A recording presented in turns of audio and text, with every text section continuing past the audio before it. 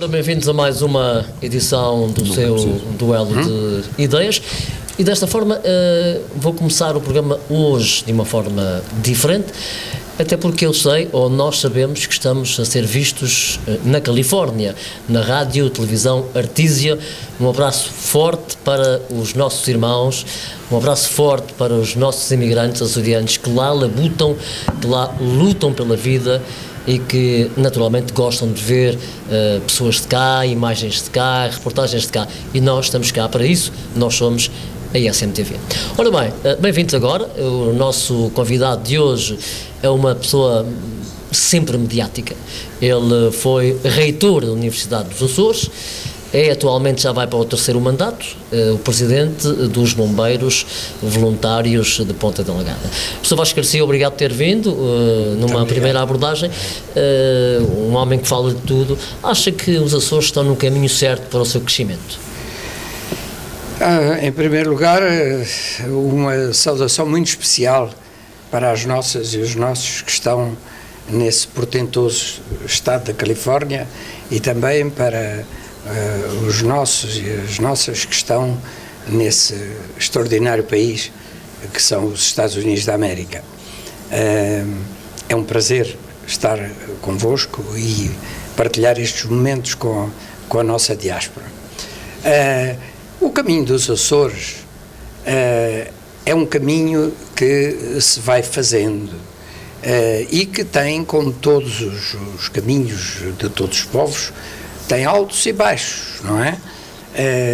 Se pode dizer que estamos neste momento no caminho certo, eu diria que é a altura errada para podermos dizer se o nosso caminho está certo, porque o país atravessa uma situação muito complicada e nós, embora uma região autónoma, estamos profundamente ligados ao país e, portanto, tudo aquilo que se faz de bem ou de mal na Europa reflete-se em Portugal e, obviamente, que depois tem as suas consequências evidentes e incontornáveis, como se diz agora, aqui nos Açores.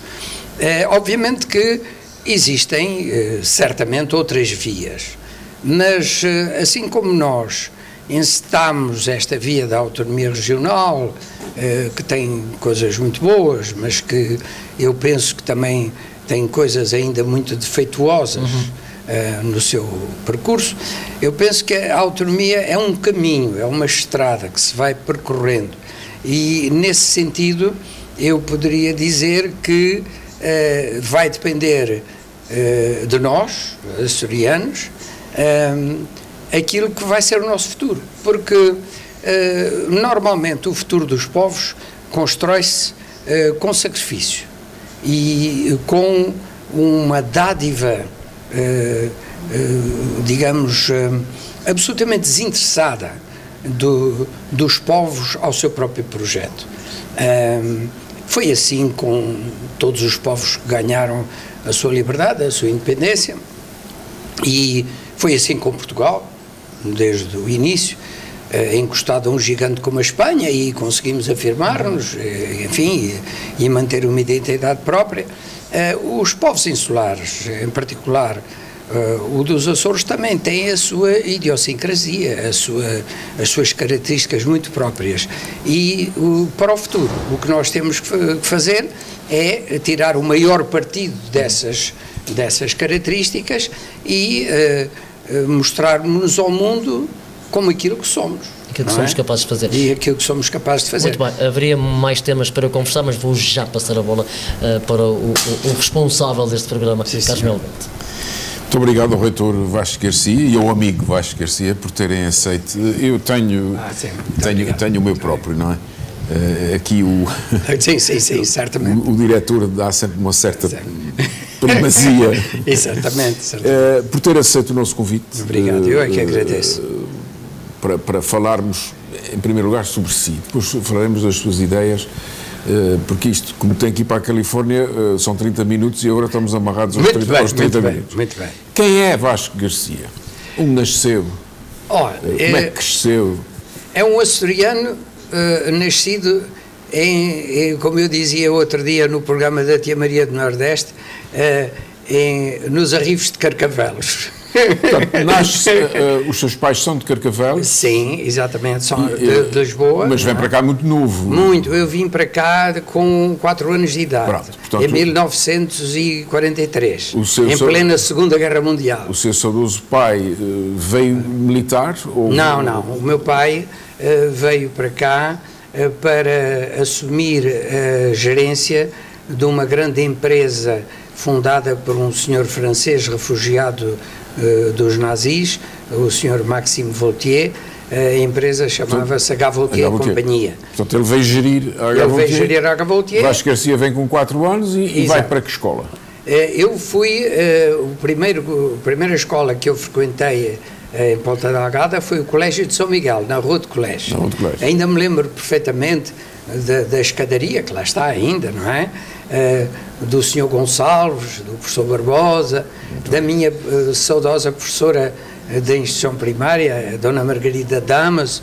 Foi uma escola que me marcou profundamente. Moravam na altura aonde? Nós nessa altura estávamos já primeiro no Lajedo, na chamada Canada do Padre Joaquim, que hoje já não é uma canada. Naquela altura tinha uma meia laranja onde se dava a volta com o carro. O meu pai tinha uma arrastadeira, um Citroën 11CV, exatamente, e portanto eu ia a pé pelo Papa Terra, subia ali pela Avenida Gaspar Frutuoso, depois ia para o Papa Terra e depois por ali ia para o Lajedo. O seu pai, como caçador, obrigava-o ali a andar a pé. Sim, não, aquilo eram tempos em que não era como agora. Tempos épicos, não é? Tempos épicos, exatamente. E, portanto, faz a escola... E depois, eu peço desculpa, e depois, ainda no Colégio de São Miguel, os meus pais saíram da casa do Lajedo e fomos para a Rua do Desterro, ali ao lado do liceu, que chamam Rua Coronel Leal. Eu nunca gostei muito dessas coisas, da gente andar a mudar os nomes àquilo que era a nossa tradição, até porque Desterro tem muito que ver com a nossa história, inclusivamente, não sei se, certamente que o doutor sabe, o meu querido amigo Carlos sabe isso, Nossa Senhora do Desterro foi o nome que nós demos a Florianópolis, no estado de Santa Catarina. Por acaso não sabia, nunca fui lá. É de ir um dia, não é? Mas vale a pena. Eu já uma vez desfilei em Florianópolis com um grupo de Açor-descendentes, que ainda lá existem, e ouvi cantar e tocar o hino do Espírito Santo em ritmo de samba.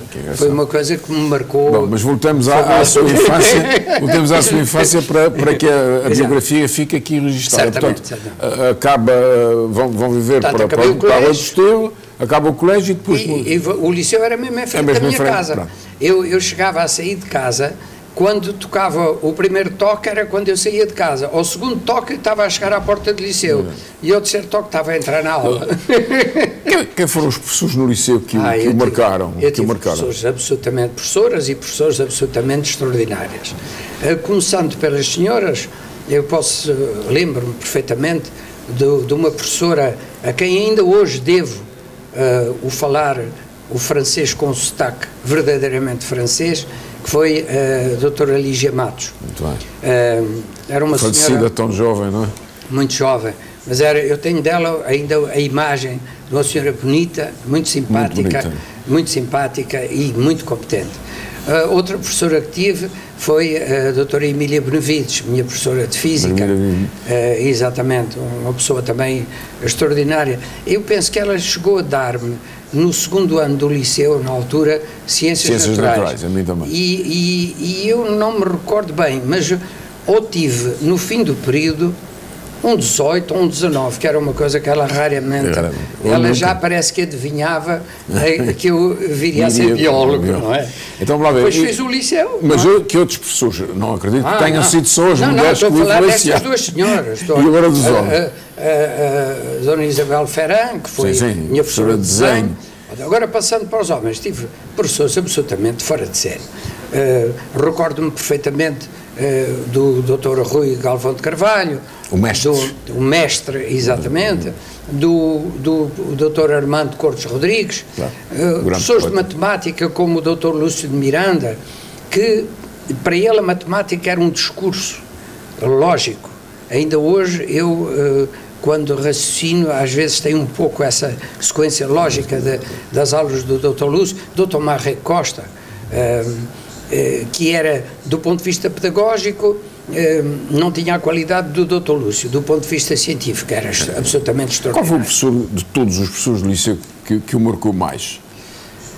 Olha, eu talvez não quero estar a cometer injustiças, porque todos eles eram de um nível muito grande. O doutor Eufrásio Freire de Oliveira, professor de inglês, não é? De inglês, quer dizer, que me chegou a dar 18 no fim do período, que era uma coisa muito excepcional, mas talvez aquilo de que eu tenho uma recordação, o professor Raposo Marques, o doutor Raposo Marques e de filosofia, que foi meu professor de filosofia, o meu saudoso padre José Joaquim Rebelo, que me disse uma vez uma coisa, quando eu hesitei numa coisa qualquer difícil, que já não me lembro, ele chamou-me à parte, depois da aula, e disse: Vasquinho, as teias de aranha prendem as moscas, mas as águias passam por elas. Nunca mais me esqueci.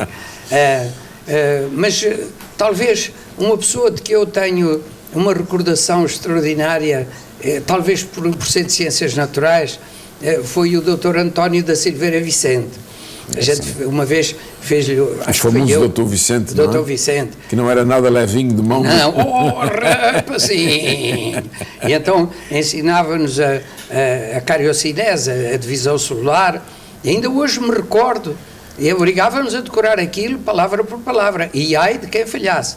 Era assim: ao mesmo tempo que o centrosoma, a esfera atrativa ou diretriz, corre ao longo da membrana nuclear, indo colocar-se em pontos opostos da célula, chamados polos. Bom, e depois eu não portanto, vou agora fatigar-vos com o resto, que ainda sei de cor. Mas, portanto, o Dr. Vicente marcou, talvez, e encarreirou na escolha. Para a biologia. Mas a minha mãe, naquela altura, os pais gostavam muito de ter os filhos como? Normalmente médicos, engenheiros, advogados. Não é? Bom, era o sonho. E a minha mãe, provavelmente porque gostaria de ter feito medicina, que nunca fez, porque era uma senhora doméstica, não é? Queria ter um filho médico. Bom, e empurrou-me sempre para a medicina. E eu lá fui para a Faculdade de Medicina de Lisboa, depois de ter terminado o 7º ano do liceu. Devo dizer que tive colegas também extraordinários, não é? Lembro perfeitamente do meu querido amigo professor Linhares Furtado, e de muitos outros, do Paiva, do Ângelo Paiva. Do Ângelo Paiva, que era um grande matemático. E foi professor no técnico. Exatamente. Mas assim ainda é vivo. Exatamente. Do Carreiro, que foi para os Estados Unidos, depois morreu lá, foi professor no MIT, de Física. Ainda hoje me lembro de um grande amigo meu, que está na Califórnia, precisamente. Eu gostaria muito que ele me estivesse a ver. O nome dele é Carlos Jorge do Rego Borges, e é professor catedrático da Universidade da Califórnia em Davis. É um grande especialista internacional em topologia, que é uma área da matemática altamente complicada. Eu, quando era reitor da Universidade dos Açores, tive muito gosto em recebê-lo lá, e até foi orientador de uma ou duas das nossas assistentes. Se o Carlos me estiver a ver na Califórnia, daqui vai um grande abraço do teu amigo Vasquinho, como vocês me chamavam na altura. Ora bem, e portanto, mas acabou por sair de medicina? Depois não fiz medicina, porque peguei-me com um professor de anatomia. Coisa raríssima em si, não é verdade? Sim, exatamente, coisa muito rara em mim. Ele queria-me convencer que eu tinha errado numa coisa que eu tinha a certeza que estava certa, e ainda hoje tenho a certeza que estava certa. De maneira que, claro, o homem quis-me fazer voltar atrás, eu não voltei, e disse: bom, isto não é para mim. E mudei de curso e de cidade. telefonei para o meu pai aqui para São Miguel, naquela altura era preciso pedir a chamada, não sei o quê. O meu pai ficou surpreendidíssimo, mas era um homem muito generoso, e disse, está bem, olha, eu vou falar lá para a Voltia, para Coimbra, para eles prepararem, para te acolherem. E eu acho que fiz uma boa escolha. Realmente fiz um curso que não sei de fácil, porque aquelas licenciaturas de 4 anos em Coimbra eram complicadas, tive que fazer matemáticas gerais, que era um pincel, como se costuma dizer, era naquela altura, cadeirão, mas fiz o curso com relativa facilidade e com boas notas. E depois da universidade? Depois, na altura, eu estive para ser convidado para assistente da Universidade de Coimbra, mas, entretanto, estava-se no início da Guerra Colonial, e, portanto, eu acabei por ser mobilizado para a África. Enquanto lá estava, como já estava licenciado em Biologia, através da Associação dos Antigos Estudantes de Coimbra, lá em Luanda, andavam à procura de um assistente para o Instituto de Investigação Científica de Angola, que era o órgão de investigação ligado à universidade. Em Luanda? Em Luanda, exatamente. E lá vai Vasquinho para assistente. Para a Divisão de Zoologia do Instituto de Investigação Científica de Angola. Bom, é claro, aquilo era um país, um país portentoso, então na área da investigação nós tínhamos o melhor equipamento, muito melhor até do que havia na chamada metrópole na altura. De maneira que eu comecei a carreira, pois entretanto eu tinha conhecido a minha mulher, que era uma jovem estudante de Medicina da Faculdade de Medicina da Universidade de Luanda. Muito bonita? Sim, sem dúvida nenhuma, ainda hoje. E já lá vão. E uma grande senhora, não é? Uma grande senhora e uma grande médica do nosso hospital. Da alta sociedade angolana. Sim, sim. O meu sogro era um homem... Era um industrial. Era um industrial poderoso. Dono da fábrica de whisky, a Sebel, que era a Sociedade de Bebidas Espirituosas do Luíto Limitada. Tinha fazendas, tinha uma frota de arrastões de alto mar, de pesca. Enfim, tinha fazendas. Mas nada disso influenciou a sua vida? Nada. Nem a dela, não é? Nem a dela. Até porque nós conhecemos-nos e eu só muito mais tarde é que vim a saber que eram os meus sogros e os meus futuros sogros. E ela forma-se em Luanda? Ela forma-se em Luanda, porque entretanto nós vamos fazer a jornada, portanto a viagem de fim de curso da minha mulher em 1972, levou-nos ao Brasil, aos Estados Unidos, Canadá, Inglaterra, Portugal e depois novamente para Luanda. E durante essa viagem houve uma série de incidentes com colegas africanos do curso, dos quais aliás 2 desertaram, e eu apercebi-me nessa viagem que era inevitável que Angola fosse para a independência. E então, quando cheguei a Luanda, chamei o meu sogro e disse-lhe, olha, isto vai para a independência, prepare-se para sairmos. Ele não acreditou, mas eu acreditei, e então preparei-me para imediatamente fazer o doutoramento para preparar o futuro, não é? E concorri para uma bolsa da NATO, primeiro através de Portugal, através da Junta Nacional de Investigação Científica, que me recusou a bolsa, ainda por cima com um argumento parvo, dizendo que se tratava de... Ainda era solteiro na altura? Não, já estava casado. Já estava então casado. Eu casei em 66. Com o sogro milionário. Estava fora. Qual foi era a bolsa para ir ao estrangeiro. Aquilo, sem bolsa não se podia ir assim. Porque e qual era a desculpa que eles deram? Disseram que tinham dado prioridade aos que estavam na metrópole. E eu, a partir daí, percebi... é sempre a mesma inteligência neocolonial ou colonial que a gente já conhece. Bom, mas sobre isso, doutor, quando quiser, a gente pode conversar sobre esse assunto. Pode ser outro programa. Pode ser outro programa.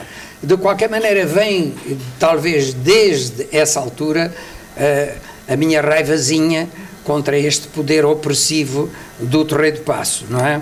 Não gosto nada dele, muito sinceramente. Nunca gostei. E de maneira que... Mas acabou por ir para a França. Não, porquê? Porque eu também não ando a dormir. E então, como eu já expliquei há bocado, tendo sido aluno de Ligia Matos e Armando Cortes Rodrigues, falava fluentemente francês e inglês, mas o inglês também por causa da origem de Carcavelos, onde estava a estação do Cabo Submarino, que era de ingleses, e eu ia lá passar férias todos os anos. De maneira que, como falava bem francês, o que é que eu fiz? Fiz uma carta para a NATO, descobri, através de uma revista que assinava, chamada Newsweek, não é? E que a PIDE, não sei porquê, deixava passar, talvez como não sabiam inglês, eram meio ignorantes, deixavam passar, não é? E então eu mandei o mesmo dossiê que mandei para Lisboa, traduzi tudo para inglês ou para francês, foi para francês, e mandei tudo para a NATO, para o 1110 da Avenue não sei quantos, lá em Bruxelas, que eu depois visitei quando era deputado ao Parlamento Europeu. De maneira que houve um professor dinamarquês, que era o diretor da Divisão de Assuntos Científicos na altura, que era o professor Andrés Ranestad. Temos que apressar, porque senão depois, acabamos... ele, portanto, acaba ele dá uma bolsa com o triplo do valor daquela que dava aos portugueses. E, portanto, acabou... lá vou fazer o doutoramento. E faz o doutoramento em França aonde? Em Antibes, no sul da França. Depois do doutorado, o que é que acontece? Depois do doutorado, na altura em que eu estava, na fase final da minha primeira tese de doutoramento, porque eu tenho duas, tenho uma em Biologia Aplicada, que foi esta que estou a falar, e depois uma outra em Ecologia Animal, que transformei na primeira tese de doutoramento da Universidade dos Açores. E num dos dias em que eu tinha estado a trabalhar, recebo às 2 da manhã, num novembro de 1900 e... não quero que a memória falhe, mas terá sido em outubro de 1975, às 2 da manhã, o meu amigo Janot Lafont bate-me à porta do apartamento e diz: "Oh, Vasco, tens uma chamada dos Açores", às 2 da manhã. Eu vou ver quem era o professor Jaeanes. O professor Jaeanes, que na altura estava a organizar o grupo de arranque para o ensino superior, para o Instituto Universitário dos Açores, hoje Universidade. Convidou-me, era um velho sonho do meu liceu de Ponta Delgada e da minha geração, aliás, da nossa geração, termos o ensino superior nos Açores. Claro. É evidente que eu disse logo que sim. E a partir daí embarquei, fiz um requerimento em papel selado, eu tinha levado de Lisboa umas folhas de papel selado, esse requerimento ardeu naquele incêndio da reitoria. Eu fui o primeiro professor, o primeiro docente da Universidade dos Açores a apresentar um requerimento a pedir ingresso na nossa universidade. Depois é professor da universidade, organiza o seu próprio departamento? Sim, a primeira unidade de investigação da Universidade dos Açores chamou-se Laboratório de Ecologia Aplicada.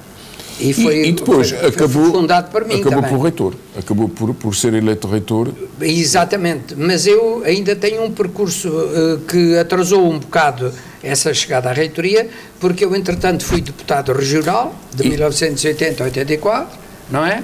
E em 85 o Dr. Mota Amaral fala comigo e diz: Parlamento Europeu. E lá vou eu, fiz 2 mandatos. Essa sua estadia no Parlamento Europeu enriqueceu de alguma maneira, do ponto de vista humano e do ponto de vista intelectual? Mas absolutamente. Há uma frase que define isso muito bem e que foi pronunciada por um professor muito inteligente que nós tivemos, que foi vice-reitor, o professor Gustavo de Fraga. O professor Gustavo de Fraga, quando eu fui convidado pelo Dr. Mota Amaral, a primeira coisa que eu fiz foi pedir ao nosso reitor para lhe dizer: olha, recebi este convite e tal. E o professor Gustavo Fraga estava presente e eu quis saber a opinião deles. O seu reitor disse que sim, era o professor Machado Pires na altura, e o professor Fraga, que estava ao lado, disse: não hesite, vá, porque quando vier vai ser muito diferente daquilo que é hoje e isso vai ser muito bom para a nossa universidade e para os Açores. Parece que eram palavras proféticas. Os corredores do Parlamento Europeu, os contactos com aquela gente, muito interessante. São diferentes da política portuguesa? Sim, completamente. Há uma maneira as condições também de trabalho são absolutamente fabulosas. Não há comparação possível. Não há comparação possível. Mas não é só isso, é o espírito. As pessoas, inclusivamente de partidos diferentes, mas quando existem aqueles projetos comuns... Havia muitos professores catedráticos? Não, que eu me lembro na altura, havia no Partido Socialista o professor Jorge Campinos, aliás, um amigo cujo irmão foi meu colega no Instituto de Investigação Científica de Angola, o João. Um dia mais tarde também contarei uma história da minha família, da parte da minha mulher, ligada aos Campinos. Era o professor Jorge Campinos, que depois veio falecer, era eu. Havia um francês, muito meu amigo, olha, ainda há dias me mandou uma carta, Jean-Claude Martinez, que era, imagine, da frente do Le Pen. Do Le Pen.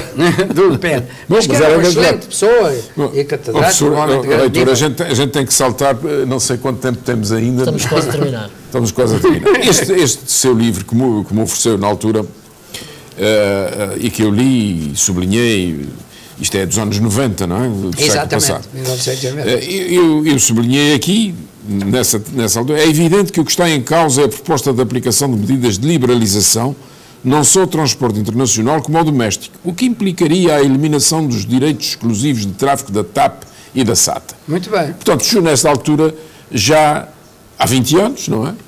Sim, há 20? Sim, então 90. 92 é mais de 20 até. Sim, há mais de 20, não é? Há 24. Já previa que isto tinha que levar uma volta muito grande. Mas sem dúvida nenhuma. Estas suas ideias tiveram alguma resistência cá? Sim. Aliás, eu, na minha vida, e nesta luta pelos Açores e pela nossa gente, eu tive muita gente a opor-se a ideias que seriam... Considera-se um pragmático? Sim, claramente. Aliás, essa frase é uma frase pragmática. Eu não percebo porque é que nunca tiveram execução de frases como essa, não é? Quer dizer, o senhor, como reitor da universidade, construiu a parte física toda? Não só. Eu fiz grandes reformas no sistema de ensino e no sistema tecnológico. Mas a gente já vai para aí, porque o reitor Machado Pires é um homem de ciência humana, de altíssimo valor, não é? E, portanto, não merece qualquer espécie de coisa senão admiração. Mas a universidade no tempo dele era quase do ponto de vista físico, era quase medieval, não é? Sim, eram barracões, instalações. Ele não se preocupou muito com isso, mas o senhor preocupou-se. Eu penso que cada um tem a sua época própria. A Europa facilitou-lhe a absolutamente. Não tenho dúvidas nenhumas. A frase do professor Fraga, quando vier já estará diferente. Se o senhor não tem estado na Europa, não tinha feito aquilo que fez? Talvez tivesse feito. Com mais dificuldade. Agora, seria mais difícil e não seria com a visão e o alcance que aquela passagem pelo Parlamento Europeu me deu. Porque a visão que nós temos do mundo, da Europa, do nosso próprio país visto de fora, é muito diferente quando se passa por uma experiência como a do Parlamento Europeu. E peço desculpa de estar a saltar, mas são 30 minutos, este tipo deve ter sido da PIDA ou qualquer coisa. O que é que se passa com a nossa universidade? O senhor que é um dos... Enfim, foi um dos fundadores com o professor Jaianes. É autor de um dos alicerces fundamentais e é o reitor que executa... É o reitor que executa uma reforma, que executa... O que é que se passa com a nossa universidade? Olha, todas as reformas que deviam ter sido feitas em 2000, quando eu faço a célebre reunião do Senado na terceira, a dizer, vêm aí maus dias, vêm aí maus anos, é preciso nós reformarmos a universidade, houve quem se opusesse a elas dentro da própria casa. E perdemos com isso uma dezena de anos. E isso marcou o percurso da universidade de forma negativa, inclusivamente até hoje. Porque, repare... Mas o que é que se pode fazer agora? O que é que tem que, na sua perspectiva, de sábio, de experimentado político,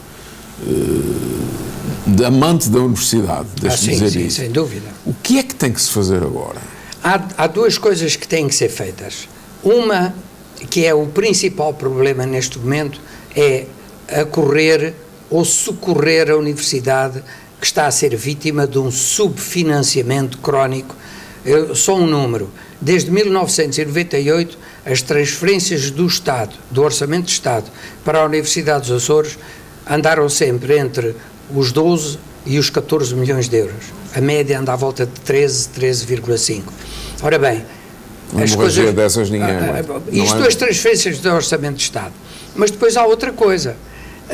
Eu penso que a região através, sobretudo, de legislação própria a ser estudada e emitida pelo Parlamento Regional, olha, da mesma maneira que se fez com a remuneração compensatória agora, assumir essa responsabilidade supletiva e dizer, nós temos características especiais, porque a nossa universidade tem que estar em 3 ilhas, porque isto é histórico, é geográfico e é também de desenvolvimento harmonioso da região, e sendo assim, nós, através de contratos de programas plurianuais, vamos passar a complementar aquilo que são as transferências do Orçamento de Estado de Lisboa, vamos complementar com uma percentagem anual do Orçamento Regional. A Europa não pode ser uma ajuda preciosa nesse a Europa já faz muito, quer dizer, eu acho que a questão aqui não é a Europa, porque repara, a universidade é tripular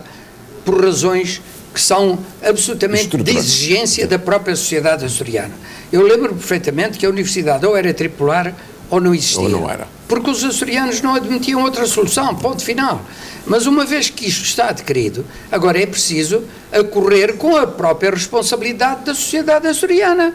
É a própria sociedade açoriana que exige da universidade esta tripartição e estes sobrecustos que, na minha opinião, deve suplementar aquilo que é a responsabilidade nacional da universidade e da qual, aliás, não devemos deixar eximir-se a República, não é verdade? Acha que a inteligência da universidade pode fazer titubear os poderes? Quer dizer, pode fazer tremer o poder, quer em Lisboa, quer aqui. Sim.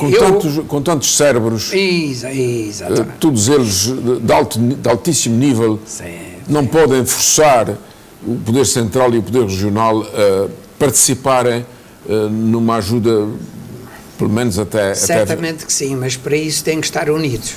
E não estão. E eu penso que não estão. Porquê é que este último reitor se demite? Olha, o que é que se passa por trás dessa decisão? Há uma causa imediata que infelizmente tem que ver com o seu estado de saúde. Sim. Ele teve uma doença grave que com muita coragem ultrapassou, e essa parte serão talvez aí 60% das razões. A outra parte foi que ele foi sempre muito atacado desde o início. E porquê? Nós hoje elegemos um reitor num colégio eleitoral de 15 elementos. Ora, acha-se bem. Sabe que é uma estupidez, desculpe que lhe diga, quer dizer, e falando assim francamente, é bom que os nossos telespectadores vejam isso. A aberração que foi o regime jurídico das instituições de ensino superior. A quem é que se deve isso? É ao professor Mariano Gago, que era um excelente cientista, que fez um belo trabalho na ciência, mas foi uma nulidade em termos de ensino superior. Mas eu digo isto francamente, uma pessoa que faz... Então acionam todos agora, ou vamos ter... Exatamente, e o regime jurídico das instituições de ensino superior tem que ser deitado para o lixo. Aliás, eu faço aqui uma revelação em primeira mão. Eu estou a preparar uma carta para o ministro Nuno Crato, em que lhe vou pedir e justificar esse pedido para rever o mais rapidamente possível esta aberração que é o regime jurídico das instituições de ensino superior. Eu lembro-me de ir à Califórnia, de ir a Seattle, no estado de Washington, a Boston, ali, correr os Estados Unidos, a dar conferências, a dizer como é que se elegeu o reitor, o organigrama das nossas universidades portuguesas, um reitor, um senado, uma assembleia universitária, um regime altamente democrático e eficiente. Como era democrático e era eficiente, acabaram com ele. Muito obrigado, Sr. Reitor. Muito bem, vamos agora aos livros. Vamos rapidamente aos livros. Deste já falámos, é um livro muito interessante, em certa medida profético, e encerra a experiência de um homem de ciência que se meteu na política, que voltou para a ciência e que hoje está na benemerência, não é? Foi o meu ilustre sucessor nos bombeiros de Ponta Delgada. E queria mostrar também um trabalho, um filme de Montserrat Sige sobre montar a tenda, o Carnaval na Ilha Terceira, que é um CD, está à venda há pouco tempo e é uma obra muito interessante de se possuir, porque a Terceira é uma ilha diferente de todas as outras, não é? Em tudo. Cão de Setembro é uma obra poética de José Sebag. Eu já falei nesta obra várias vezes aqui. enfim, há vários poemas dele, são todos bonitos. O José Sebaga era um homem de origem judaica. Adjacentes e fracionados, o pó das superfícies, repomos como a noite se restitui nos tufos e nas águas, e por aí fora.